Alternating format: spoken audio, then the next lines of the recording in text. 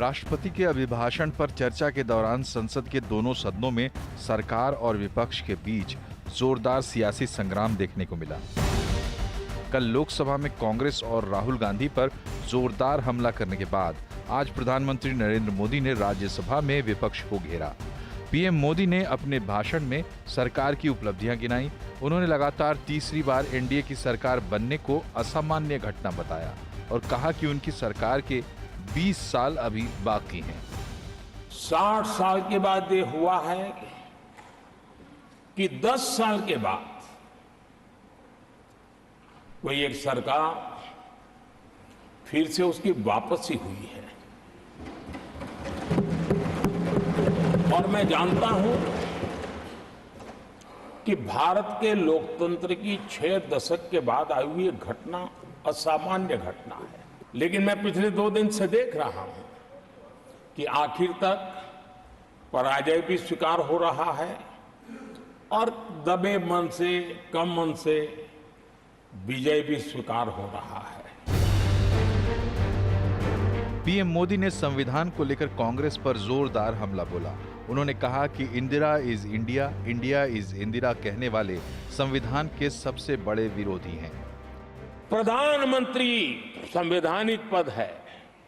प्रधानमंत्री के पद के ऊपर एनएसी बैठ जाना, ये कौन से संविधान में से लाए थे व्यवस्था? किस संविधान में से बनाया था आप लोगों ने? आपने देश के प्रधानमंत्री पद की गरिमा को चकनाचूर कर दिया था और रिमोट पायलट बनकर के आप उसके माथे पर बैठ गए थे। कौन सा संविधान आपको अनुमति देता है? आदरणीय सभापति जी, जरा ये बताएं हमको, वो कौन सा संविधान है जो एक सांसद को कैबिनेट के निर्णय को सार्वजनिक रूप से फाड़ देने का हक दे देता है? पीएम मोदी ने कांग्रेस को परजीवी और दलित विरोधी बताया। उन्होंने कहा कि कांग्रेस ने देश की पहली आदिवासी राष्ट्रपति का अपमान किया। पीएम मोदी यहीं नहीं रुके, उन्होंने भ्रष्टाचार को लेकर विपक्षी दलों पर वार कर दिया। उन्होंने कहा कि जब भ्रष्टाचारी जेल जा रहे हैं तो ये हंगामा कर रहे हैं। पीएम मोदी ने साफ किया कि उन्होंने भ्रष्टाचार के खिलाफ कार्रवाई करने के लिए जांच एजेंसियों को खुली छूट दे रखी है। मैंने एजेंसियों को भ्रष्टाचार और भ्रष्टाचारियों पर कड़ों से कठोर कार्रवाई करने के लिए खुली छूट दे के रखी है।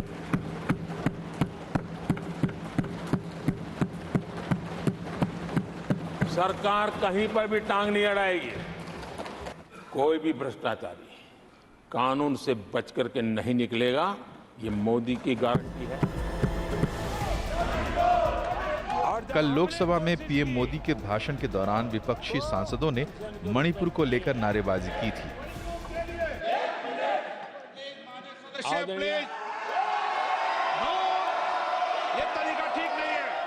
प्रधानमंत्री ने राज्यसभा में कहा कि सरकार मणिपुर में शांति बहाली के लिए हर संभव प्रयास कर रही है। मणिपुर की स्थिति सामान्य करने के लिए सरकार निरंतर प्रयासरत है। 11,000 एफआईआर की गई है। 500 से ज्यादा लोग अरेस्ट हुए हैं। मणिपुर में लगातार हिंसा की घटनाएं कम होती जा रही है। इसका मतलब शांति का आशा रखना, शांति पे भरोसा करना संभव हो रहा है। प्रधानमंत्री मोदी के भाषण के दौरान कांग्रेस समेत अन्य विपक्षी सांसदों ने राज्यसभा से वॉकआउट कर दिया। इस पर पीएम मोदी ने विपक्ष को घेरा। देश देख रहा है, झूठ फैलाने वालों की सत्य सुनने की ताकत भी नहीं होती। सदन के बाहर आने के बाद कांग्रेस अध्यक्ष मल्लिकार्जुन खड़गे ने वॉकआउट करने की वजह बताई। जो भाषण दे रहे थे उन्होंने कुछ गलत बातें सदन को बताई,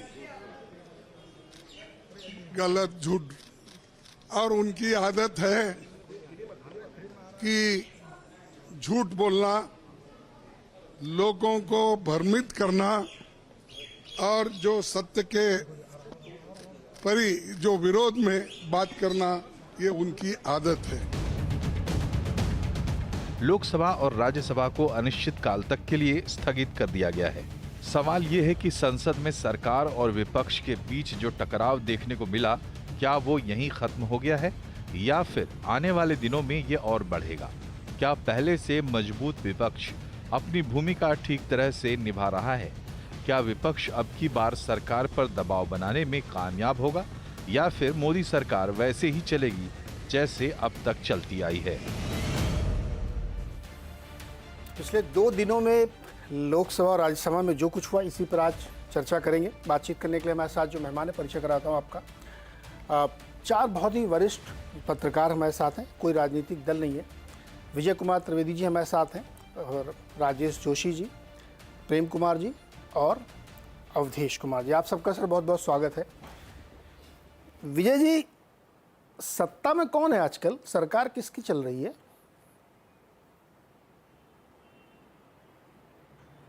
आपने बहुत ही वाजिब सवाल पूछा है सर, और सब कोई यही समझना चाहता है, क्योंकि मुझे लग रहा है कि सभी लोग सरकार में हैं इस समय। यदि पार्लियामेंट की 2 दिन की या पिछले जो पहला सेशन रहा है उसकी कार्रवाई को देखें तो लगता है कि हर एक को ये लग रहा है कि वही सरकार में है और वही सबसे पावरफुल है। जो इंडिया गठबंधन और विपक्ष का जो पूरा गठबंधन है, उनके पास 234 सीटें हैं, लेकिन उनका पूरा रवैया रहा है कि वो सरकार में हैं और उन्हीं के हिसाब से सरकार चलनी चाहिए, संसद चलनी चाहिए, लोकसभा चलनी चाहिए, लोकसभा का अध्यक्ष भी उसी तरह से होना चाहिए, प्रोटेम स्पीकर भी वही होना चाहिए और जो डिबेट है वो भी होनी चाहिए।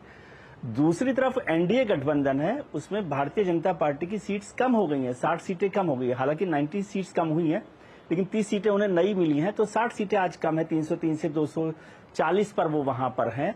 लेकिन उसके बाद भी उनको ये बताना है कि वो आज भी कमजोर नहीं हुए। ये सच है कि वो 293 के साथ है, प्री पोल अलायंस के साथ एनडीए गठबंधन है, उनके साथ सरकार है, राष्ट्रपति ने प्रधानमंत्री की शपथ दिलाई है, सारे मंत्री हो गए हैं, बहुमत में वो हैं, सत्ता पक्ष में वो हैं। लेकिन फिर भी एक ऐसा मैंडेट है जो ये कहता है कि आपको अब थोड़ा सा विपक्ष के साथ ज्यादा सहमति के साथ, ज्यादा समन्वय के साथ चलना है, जो 10 साल नहीं हुआ, जिसमें पिछले 5 साल तो आपने डिप्टी स्पीकर नहीं बनाया, पिछले 10 साल आपने लोकसभा में विपक्ष का नेता नहीं बनाया।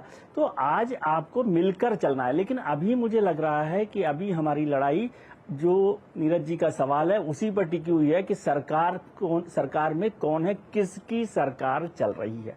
ये तो सच है, फैक्ट तो यही है कि एनडीए की सरकार है, प्रधानमंत्री नरेंद्र मोदी है, तीसरी बार चुनकर आए हैं।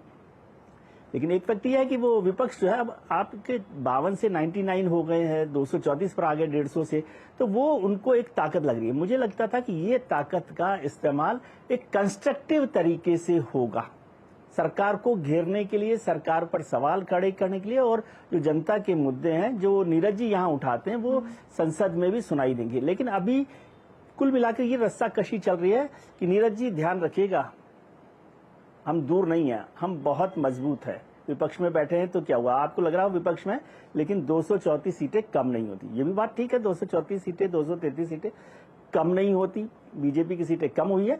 लेकिन अब इस रस्साकशी से निकली है, सच तो सच ही रहेगा। अब सरकार में बैठे हुए नरेंद्र मोदी, या तो सरकार गिरा दीजिएगा, जो भी है नया बहुमत हासिल कर लीजिए, कुछ विपक्षी दल, कुछ सरकार में जो बैठे दल है उनको। लेकिन आज का सच यह है कि नरेंद्र मोदी की सरकार है, 293, और 293 भी जो बीजेपी पे बार बार आप आरोप लगाते रहे हैं कि वो पार्टियां तोड़ती है, अभी तो ये प्री पोल गठबंधन के 293 है। जी, तो एक चीज और आपसे समझना चाहता हूं कि जैसा आप